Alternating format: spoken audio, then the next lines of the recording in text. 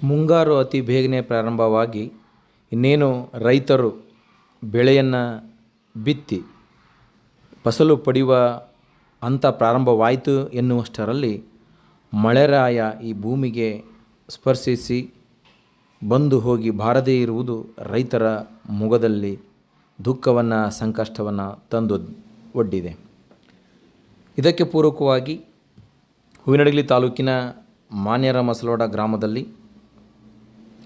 ಎಲ್ಲರಿಗೂ ಗೊತ್ತಾಗ್ತಾ ಇದೆ, ಈಗ ತಾಲೂಕಿನಾದ್ಯಂತ ಮಳೆಯ ಅಭಾವ ಹೆಚ್ಚಾಗ್ತಾ ಇದೆ. ರೈತರು ಅರೆಬರೆಯಾಗಿ ಬಿತ್ತನೆ ಮಾಡಿ ಬೆಳೆಗಳನ್ನು ಬೆಳೆಯಲು ಪ್ರಾರಂಭ ಮಾಡಿದರು. ಬಿತ್ತನೆ ಕಾರ್ಯ ಪ್ರಗತಿಯಲ್ಲಿದೆ. ಕೆಲವೊಬ್ಬಷ್ಟು ರೈತರು ಬಿತ್ತಿದ್ದಾರೆ, ಇನ್ನೂ ಬಿತ್ತುವವರಿದ್ದಾರೆ. ಈ ಮಧ್ಯೆ ಮಳೆರಾಯ ಬಾರದೇ ಇರುವುದು ರೈತರ ಮುಖದಲ್ಲಿ ಮಂದಹಾಸದ ಬದಲು ದುಃಖದ ಕಾರ್ಮೋಡ ಕವಿದಿದೆ. ಈ ಸಂದರ್ಭದಲ್ಲಿ ಎಲ್ಲ ರೈತರು ಸೇರಿ ಮಾನ್ಯರ ಮಸಲೋಡ ಗ್ರಾಮದಲ್ಲಿ ದೈವಸ್ಥರು, ಗ್ರಾಮದ ಯುವಕರು, ಭಕ್ತಾದಿಗಳು, ಸ್ವಾಮಿಗಳು ಎಲ್ಲರೂ ಕೂಡ ಒಂದಾಗಿ ಗ್ರಾಮದ ಮುಂದೆ ಇರುವ ಶ್ರೀ ಮುಕ್ತೇಶ್ವರ ದೇವಸ್ಥಾನದ ಲಿಂಗಕ್ಕೆ 101 ಬಿಂದಿಗಳ ಮೂಲಕ ಗಂಗಾಮಾತೆಯ ಜಲ ತಂದು, ಅಂದರೆ ಆ ಗ್ರಾಮದ ವಲಯದಲ್ಲಿರ್ತಕ್ಕಂಥ ಹಳ್ಳಕ್ಕೆ ತೆರಳಿ ಅಲ್ಲಿ ಗಂಗಾಮಾತೆ ಪೂಜೆಯೊಂದಿಗೆ ಅಲ್ಲಿ ಕೂಡ ಮಣ್ಣಿನಿಂದ ಲಿಂಗವನ್ನು ಪ್ರತಿಷ್ಠಾಪಿಸಿ ಪೂಜೆ ಭಕ್ತಿ ನಮನವನ್ನು ಸಲ್ಲಿಸುವುದರ ಮೂಲಕ 101 ಬಿಂದಿಗಳ ಮೂಲಕ ಜಲವನ್ನು ತಂದು ಶ್ರೀ ಮುಕ್ತೇಶ್ವರ ದೇವಸ್ಥಾನದ ಒಳಭಾಗದಲ್ಲಿರುವ ಲಿಂಗಕ್ಕೆ ಪೂಜೆ ಮಾಡಿ ಪ್ರಾರ್ಥನೆಯೊಂದಿಗೆ ಮಳೆರಾಯನನ್ನು ಆಗಮನಕ್ಕಾಗಿ ಎಲ್ಲರೂ ಕೂಡ ಪೂಜಿಸಿ ವಂದಿಸಿ ಈ ಒಂದು ಧಾರ್ಮಿಕ ಕಾರ್ಯವನ್ನು ಕೈಗೊಳ್ಳುವ ಮೂಲಕ ಮಳೆರಾಯನಿಗಾಗಿ ಭಕ್ತಿಯಿಂದ ಬೇಡಿಕೊಂಡಿದ್ದಾರೆ. ಆಲ್ರೆಡಿ ಈಗ ಬಿತ್ತನೆ ನಡೆದು ಏನು ಬೆಳೆ ಬೆಳೆದು ನಿಂತಿದೆ, ಆ ಬೆಳೆಯು ಉಳಿಯುವಂತೆ ಮಳೆರಾಯನು ಬೇಗನೆ ಭೂಮಿಗೆ ಬರಲಿ, ಸ್ಪರ್ಶವಾಗಲಿ ಅಂತ ಭಕ್ತಿಯಿಂದ ಬೇಡಿಕೊಳ್ತಾ ಮುಕ್ತೇಶ್ವರ ದೇವಸ್ಥಾನದ ಒಳಭಾಗದಲ್ಲಿರುವ ಲಿಂಗಕ್ಕೆ ಪೂಜಿಸಿ ಜಲಾಭಿಷೇಕವನ್ನು ಮಾಡಿ ಮಳೆಗಾಗಿ ಮಸಲವಾಡ ಗ್ರಾಮದ ರೈತರು ಪ್ರಾರ್ಥಿಸಿದ್ದಾರೆ. ಮನುಷ್ಯ ಇವತ್ತಿಂದಿನ ಯಾಂತ್ರೀಕೃತ ಯುಗದಲ್ಲಿ ಎಷ್ಟೇ ವೈಜ್ಞಾನಿಕವಾಗಿ ಬೆಳೆದಾಗಿಯೂ ಕೂಡ ದೇವರು, ದೈವಸ್ಥರು ಇವರೆಲ್ಲರೂ ಕೂಡ ಕೆಲವೊಂದು ಸಂದರ್ಭದಲ್ಲಿ ಅವಶ್ಯಕವಾಗಿ ಬೇಕು. ನಿತ್ಯ ಜೀವನದಲ್ಲಿ ನಾವೆಷ್ಟು ಪ್ರಗತಿ ಹೊಂದಿದ್ದೇವೆ ಅನ್ನೋದಕ್ಕಿಂತ ಕಾಲಾನುಕ್ರಮದಲ್ಲಿ ಸಮಯ ಸಂದರ್ಭಕ್ಕೆ ಕೆಲವೊಮ್ಮೆ ಯಾವ ರೀತಿಯಲ್ಲಿ ನಾವು ನಮ್ಮ ಒಂದು ಧಾರ್ಮಿಕ ವಿಧಿವಿಧಾನಗಳ ಮೂಲಕ ಅನೇಕ ರೀತಿಯಾದಂತಹ ಒಂದು ಬದಲಾವಣೆಯನ್ನು ಕಾಣುತ್ತೇವೆ ಎನ್ನುವುದು ಇಲ್ಲಿ ಗೊತ್ತಾಗ್ತಾ ಇದೆ. ನಮ್ಮ ಭಾರತೀಯ ಪರಂಪರೆಯಲ್ಲಿ ಯಾರೇ ಆಗಲಿ, ಅದು ರಾಜಕಾರಣಿಗಳಾಗ್ಬೋದು, ವ್ಯಾಪಾರಸ್ಥರಾಗ್ಬೋದು, ನಮ್ಮ ರೈತರಾಗ್ಬೋದು, ಈ ದೈವದ ಒಲವಿನೊಂದಿಗೆ ನಾವೆಲ್ಲ ಇದ್ದೇವೆ ಎನ್ನುವಂಥದ್ದನ್ನು ಮನಗಂಡಿದ್ದೇವೆ. ದೈವವನ್ನು ಬಿಟ್ಟು ಈ ಮನುಜ ಕುಲ ಇಲ್ಲ.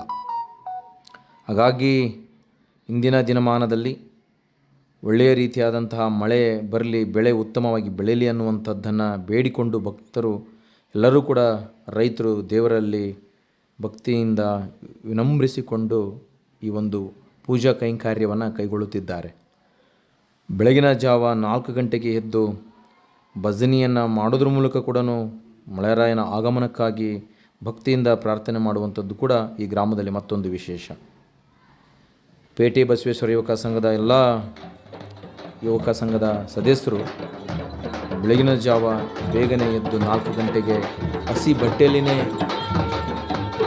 ಬಸವೇಶ್ವರ ದೇವಸ್ಥಾನದಿಂದ ವೀರಭದ್ರೇಶ್ವರ ದೇವಸ್ಥಾನದಲ್ಲಿ ಕೂಡ ಭಜನೆ ಮಾಡುತ್ತಾ ಸಾಗಿ ಮಳೆ ದೇವನ ಹೀಗೆ ರೈತರ ಜೀವನ ಸಂಕಷ್ಟದ ಪರಿಸ್ಥಿತಿ ಒಮ್ಮೆ ಬಂದು ಒದಗ್ತದೆ ಅನ್ನೋದಕ್ಕೆ ಅತಿ ಹೆಚ್ಚು ಮಳೆ ಆದಾಗ, ಬೆಳೆ ಬೆಳೆದಾಗ ಅದು ನಶಿಸಿ ಹೋಗ್ತದೆ.